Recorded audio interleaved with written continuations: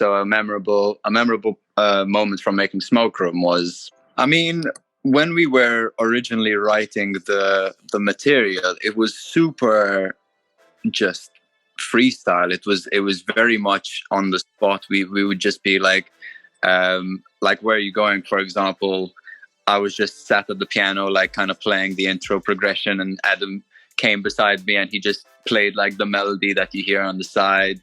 And that was just like, that was the track that just started. We were like, oh, that's pretty sick. And we laid it down, and then we laid the rest of the track followed really quickly.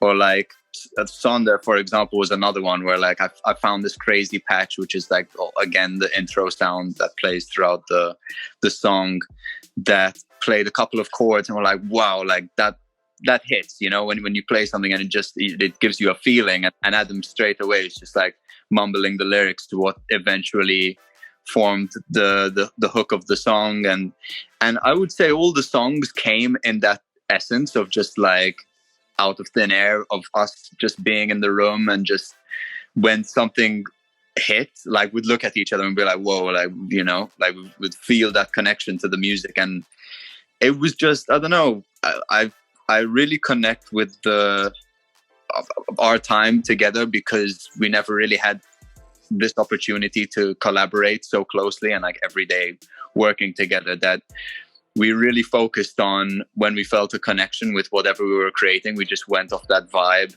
And I feel all the songs, even though like they have a theme, like the theme of Sonder as a project, it all kind of sits together, but as individual tracks, they all sit in like their own little world, you know, like they've like 918 and Bruce Wayne might be kind of similar, but like Where You Going and Smoke Room, like they're all pretty different directions, all with the same idea in mind of like us just spending time together and kind of relating to things that we all enjoy. And I don't know, I think just the fact that we felt such a connection in the process of just making it so quickly and just bashing it out, like was just part of the fun of making this project, was that we just enjoyed the whole process of you know, layering everything together and just having fun with it at the same time. So it's like the drums are programmed, so it's just, you know, like you can see behind me, it would just be programmed drums on Ableton, but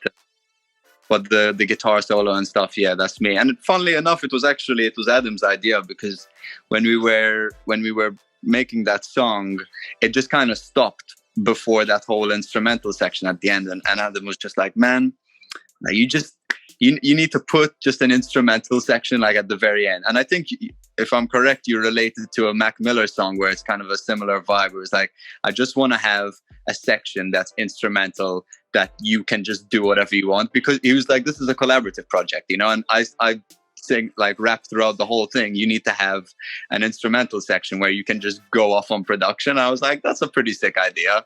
So it was like, you know, we kind of spliced some drums together, and then I put the progression and did the solo, and it was a really nice kind of way to inject my essence into the song as well. Besides just making the beat, it was like, here's a bit of your moment to shine, which I thought was pretty cool, and, you know, appreciative from Adam for letting me kind of put that in there as well. So dude, I mean, yeah. You just have to wait to fucking, excuse my language, sorry about that. I mean, everyone just needs to wait till Sonder too to hear more of that, right?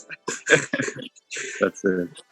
There was one day, like, I don't know if Chris is gonna, I think he'll remember this, but there was one time we're writing the project, and I don't know, I wasn't in the best space writing it, right? That's where it comes from. It came from a bad patch in my life. And I don't know, there was one point where we had finished Sonder, right? And we were sitting down. I don't know, I can give you a quick like look. So basically that's my studio setup in the corner, but where I'm sitting right now is where Chris had the studio set up. So we were sat basically at this table, just listening to just Sonder, the actual track, after I had finished it. I wasn't the comfort spot for me to like sing at all, but when we sat down and heard the final song, it was just like, I mean, I pretty much broke down crying at the point. And I think that is when I knew that song was just like, okay, this song is something different. This is not just like, I don't think it ever happened to me where I felt my own music in that way. So I was just like, okay, this was like, we did something amazing here. So that's my moment.